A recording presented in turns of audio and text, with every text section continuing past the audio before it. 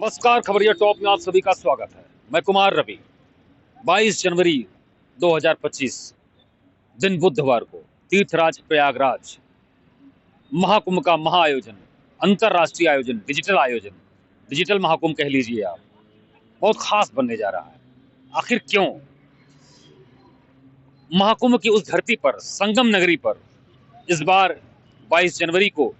CM योगी की अध्यक्षता में योगी के मंत्रिमंडल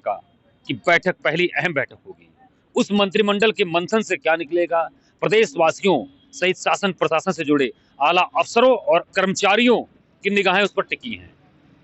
वह जब मंथन होगा योगी मंत्रिमंडल का, उस दौरान कई सारी योजनाएं ऐसी हैं जो नई निकल कर आएंगी, जिसका ऐलान होगा, जिसकी सार्वजनिक घोषणा होगी, जिसके लिए नोटिफिकेशन जारी होगा। लेकिन साथ ही ऐसी तमाम लंबित पड़ी योजनाएं भी होंगी जो मूर्त रूप किसी तरीके से नहीं ले पा रही हैं। तमाम नई नीतियां लागू करने के लिए निर्देश जारी होंगे, तमाम दिशा निर्देश बताए जाएंगे, नियम विनियम तय किए जाएंगे कि किस तरीके से आगामी जो 2025-26 के लिए सरकार अपनी पॉलिसी के तहत विभिन्न विभागों को अपना काम करने का आदेश जारी करेगी और उसके तहत वह विभाग पूरे साल में राजस्व के साथ साथ जन सुविधाओं को देखते हुए योगी सरकार की मंशा के अनुरूप और साथ ही प्रधानमंत्री नरेंद्र मोदी की डिजिटल इंडिया फॉर्मेट को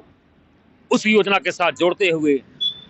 समाज के हर नीचे तबके के लोगों के साथ जुड़ना शुरू करेगी। सीएम योगी पूरी तैयारी लगभग हो चुकी है। 22 जनवरी को प्रयागराज में योगी पूरे मंत्रिमंडल की पहली बैठक करने जा रहे हैं। ऐसे में प्रयागराज में बहुत जोर शोर से तैयारी, सुरक्षा के कड़े बंदोबस्त किए जा रहे हैं। तमाम वीआईपी प्रोटोकॉल्स बंद कर दिए गए हैं और ऐसे में देखने वाली बात है कि खास तौर पर जो एक सबसे बड़ी जो पॉलिसी जिसका इंतजार है प्रदेश के एक ऐसे विभाग को जिसका राजस्व का योगदान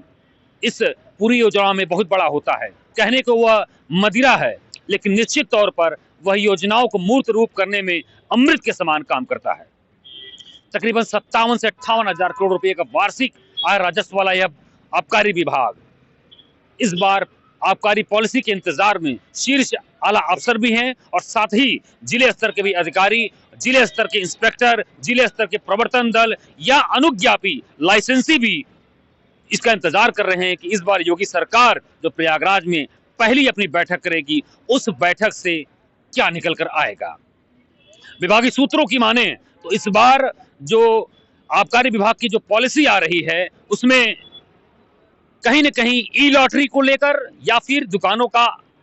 अनुज्ञापियों का उसका रिन्यूअल होगा। इन दोनों में माथापच्ची चल रही है। फिलहाल आपको बता दें कि योगी सरकार जब 2017 में पहली बार आई थी तो 2018-19 में ई लॉटरी योजना को शुरुआत की गई थी। उसके बाद से लगातार रिन्यूअल प्रोसेस, मतलब जो भी दुकानें रही उनको रिन्यूअल किया जा रहा है। बीच में कोरोना लॉकडाउन का लंबा दौर रहा और उस कोरोना लॉकडाउन के लंबे दौर में भी आबकारी विभाग जब जिस समय सारी आर्थिक गतिविधियां, सारी सामाजिक गतिविधियां रुकी हुई थी, योगी सरकार चिंतित थी कि इतने बड़े आबादी वाले उत्तर प्रदेश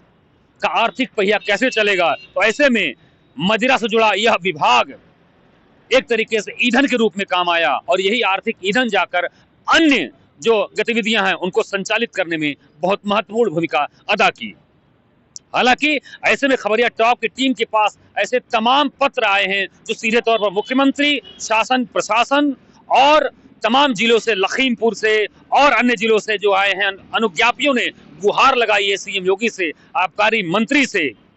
कि इस बार जो घाटा पिछली बार हुआ, जो उठान हुआ शराब का, मदिरा का और जो तमाम दिक्कतें आई हैं वो पूरी तरीके से सॉल्व नहीं हो पाई हैं। तो ऐसे में उन्हें एक और मौका दिया जाए और दुकानों का ही रिन्यूअल उनको आगे कर दिया जाए जिससे कि वो अपने घाटे की भरपाई कर सके। लेकिन यह माना जा रहा है इस बार कि लगभग योगी सरकार तय कर चुकी है कि इस बार आबकारी जो पॉलिसी होगी वो ई लॉटरी योजना से इतर उनका कहीं अधिक फोकस जो ई लॉटरी पर ही होगा, ना कि रिन्यूअल प्रोसेस पर होगा। अब देखने वाली बात है कि जो बताया जा रहा है कि जो चर्चा है कि राजधानी लखनऊ में 24 तारीख को आबकारी विभाग की एक महत्वपूर्ण बैठक आबकारी आयुक्त ने बुला रखी है। ऐसे में कहा तो यह भी जा रहा है, अंदर जो चर्चा है कि जनवरी में जो राजस्व के संकलन को लेकर, राजस्व की समीक्षा को लेकर, आबकारी विभाग को लेकर यह बैठक बुलाई जा रही है, लेकिन इसके पीछे कहीं न कहीं आबकारी पॉलिसी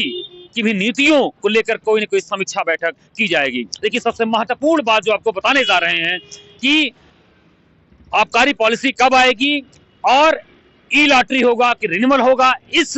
पूरे खेल में सबसे बड़ा महत्वपूर्ण जो आबकारी विभाग का जो चीजें आ रही हैं कि अभी भी राजधानी लखनऊ जनपद जो महत्वपूर्ण जनपद माना जाता है, राजधानी क्षेत्र है, वहां पर अभी भी जिला आबकारी अधिकारी की तैनाती नहीं हो पा रही है। यहां से प्रोन्नत होकर अधिकारी डिप्टी एक्साइज कमिश्नर बन चुके हैं और मेरठ रेंज में जाकर वहां पर अपना वो दायित्व संभाल चुके हैं। ऐसे में जो बिना कैप्टन के कह लीजिए कि लखनऊ जनपद पूरी तरीके से जिला आबकारी अधिकारी के पद से खाली है। और आपको यह भी बता दें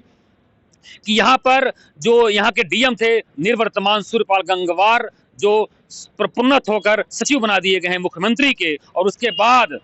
विशाख जी अय्यर जो कानपुर के 2 बार डीएम रहे, काफी तेज तर्रार माने जाते हैं और उनकी कार्य करने की जो प्रणाली है वह भी काफी जमीनी होती है। वह भी नए डीएम के पद पर आ चुके हैं, लेकिन उनके सामने खुद एक समस्या खड़ी होगी कि किस तरीके से जनवरी बीता जा रहा है। फरवरी जो आबकारी पॉलिसी हर तरीके से जनवरी में आ जानी चाहिए, अब तक उस पर जो एक प्री डिस्कशन वह हो जाना चाहिए था, लेकिन अभी तक जिला आबकारी अधिकारी की तैनाती लखनऊ जनपद में नहीं होने से वह भी किस तरीके से समीक्षा बैठक करे जनपद में, क्योंकि डीएम जो होता है वही जो लाइसेंसिंग अथॉरिटी पूरे जनपद में सबसे बड़ा होता है आबकारी विभाग का, और उसी की अनुशंसा पर ही सारे अनुज्ञापियों को लाइसेंस या हर तरीके की जो आबकारी पॉलिसी के क्रियान्वयन जो जनपद में होता है, या दुकानों की देखरेख, मॉनिटरिंग, कोटा उठान, या तमाम तरह की जो समस्याएं अनुज्ञापियों की होती है, या सरकार और शासन की नीतियों के अनुरूप आबकारी विभाग किस तरीके से जनपद में काम करेगा, इन सब बातों की मॉनिटरिंग सीधे तौर पर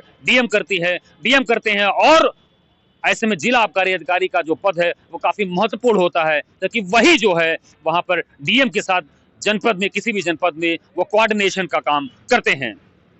ऐसे में यह भी बता दें आपको कि केवल लखनऊ ही नहीं, अभी बरेली जनपद भी पूरी तरीके से डिस्ट्रिक्ट एक्साइज अफसर के पद से खाली है। लखनऊ और बरेली की बात करें तो लखनऊ तकरीबन 3 महीने निकल चुके हैं और जो यहाँ पर इंस्पेक्टरों की टीम है एक तरीके से अपने तरीके से काम कर रही है। कोई दिशा निर्देश का पालन होता हुआ नहीं दिख पा रहा है, तमाम समस्याएं आ रही हैं। शीर्ष स्तर पर, जनपद स्तर पर कोई निर्णय लेना होता है, क्योंकि इस समय नवागत डीएम यहाँ पर आ चुके हैं, तो अब यह समस्या उनके सामने, आबकारी इंस्पेक्टरों के सामने, आबकारी अधिकारियों के सामने यह बहुत बड़ा सवाल खड़ा हो गया है कि किस तरीके से वह आबकारी नीतियों के अनुरूप यहाँ पर काम करे। फिलहाल अब देखते हैं कि प्रयागराज की धरती पर, महाकुंभ की धरती पर, तीर्थराज के इस महासंगम, इस स्थल पर योगी मंत्रिमंडल की